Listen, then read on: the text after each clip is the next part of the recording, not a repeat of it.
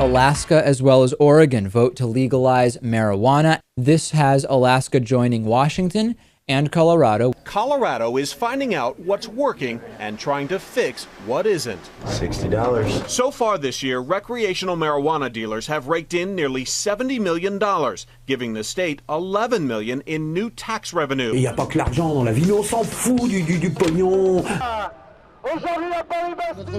Our opinion is that it's already time to end the hypocrisy and lies, allow urgent access today for people who are seriously ill, and, most importantly, respect the right to live a normal life in dignity and for adults to be able to grow at home for themselves without the risk of being condemned as a common trafficker.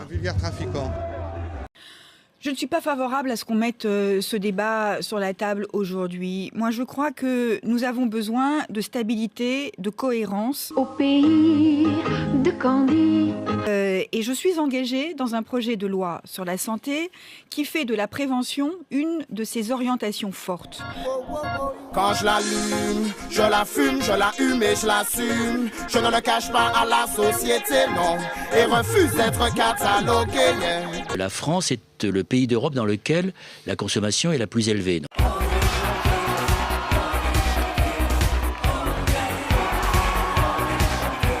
Et donc il faut quand même sortir de cette situation, ne plus considérer la question des drogues comme une question taboue, comme une question qu'il faut criminaliser, mais comme une question d'éducation et de santé publique. Pour agir, toutes les drogues piratent le système de communication du cerveau. Car notre cerveau passe le plus clair de son temps à bavarder avec lui-même. Un dialogue incessant entre nos 100 milliards de cellules nerveuses, les neurones.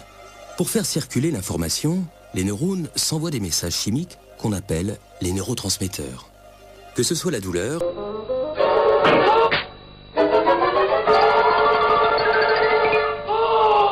le plaisir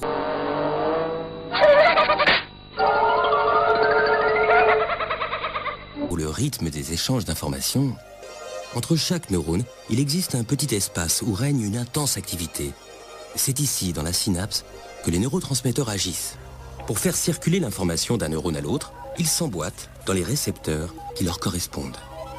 Au début des années 90, des chercheurs s'aperçoivent que le cannabis s'emboîte dans certains de ces récepteurs.